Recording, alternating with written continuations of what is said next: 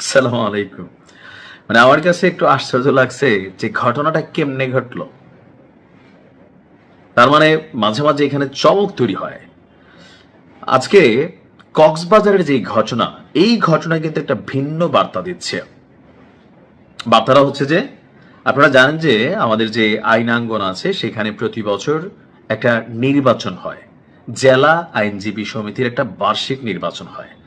তো আওয়ামী লীগ তো খারাপ, আওয়ামী লীগের প্রতি আমাদের অভিযোগের শেষ নাই, ফ্যাসিস্ট বা বাংলাদেশকে ডুবাই দিছে। হ্যাঁ, আপা বাংলাদেশ সেরা পালাই গেছেন, এখানে রাজনীতি করা যাবে না, এই দেশের মানুষ আওয়ামী লীগকে চায় না।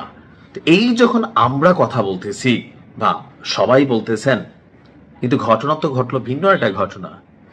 কক্সবাজার জেলা আইনজীবী সমিতির বার্ষিক নির্বাচন আপনার সম্পন্ন হয়েছে।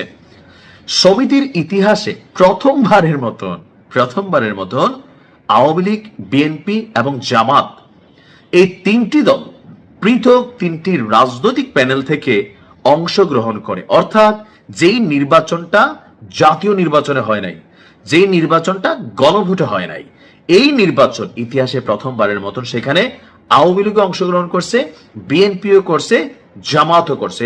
রেজাল্ট দেখেন আপনার, সমিতির 17টি পদের মধ্যে আওয়ামী লীগ সমর্থিত প্যানেল যারা, তারা আপনার পেয়েছে 7টি। তারপরে হচ্ছে জামাত ইসলাম, তারা পাইছে 6টি। এমনকি বিএনপি সমর্থিত জাতীয়তাবাদী আইনজীবী ফোরাম, তারা পাইছে 4টি। অর্থাৎ আওয়ামী লীগ 7, জামাত 6, বিএনপি 4। এটা হচ্ছে রেজাল্টের সামারি। গতকাল সকাল 9টা থেকে বিকাল 3টে পর্যন্ত শান্তিপূর্ণ পরিবেশে জেলা আইনজীবী সমিতি ভবন এবং চকরিয়া উপজেলা চৌকি যে আদালত ভবন আছে, এই দুই কেন্দ্রে ভোট অনুষ্ঠিত হয়। নির্বাচনে সভাপতি পদে বিএনপি সমর্থিত জাতীয়তাবাদী আইনজীবী ফোরামের মনোনীত প্যানেলের প্রার্থী যিনি ছিলেন অ্যাডভোকেট আব্দুল মান্নান নির্বাচিত হয়েছেন। অর্থাৎ সভাপতি হয়েছেন আব্দুল মান্নান বিএনপির পক্ষ থেকে। তার নিকটতম প্রতিদ্বন্দ্বী ছিলেন জামাত ইসলাম সমর্থিত প্যানেলের অ্যাডভোকেট আমির হোসাইন। সাধারণ সম্পাদক পদে বিজয়ী হয়েছে জামাত ইসলামের যে প্যানেল আছে সেখানের অ্যাডভোকেট আখতার উদ্দিন হেলালি। তার নিকটতম প্রতিদ্বন্দ্বী ছিলেন সাধারণ সম্পাদক পদে আওয়ামী লীগ সমর্থিত যে প্যানেল আছে সেটার অ্যাডভোকেট মোহাম্মদ নুরুল হুদা।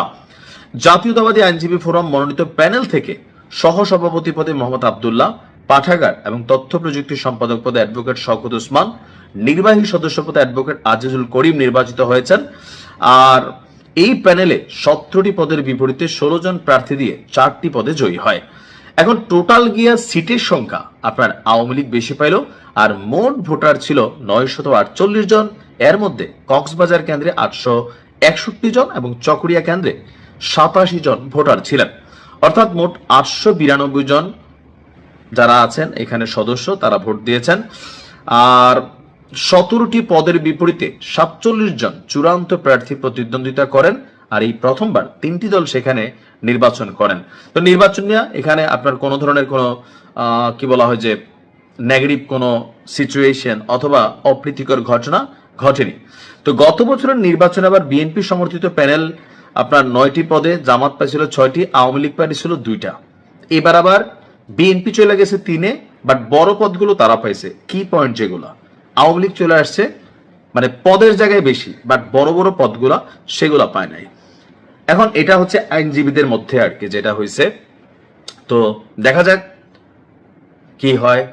ভালো করে চললে মানুষ একসময় তার রাগ গোসা কমে যায়। আর যদি যে গত 2-3 দিন আগে বলছিলাম যে তারিক জিয়ার কাছে একটা আবদার ছিল আওয়ামী লীগের, যে যদি একটু স্পেস দেয় বিএনপি, তাহলে তারা ভালো হয়ে রাজনীতি করবে। সময় বলে দিবে কে কতটুকু বদলাইছে। ভালো থাকবে।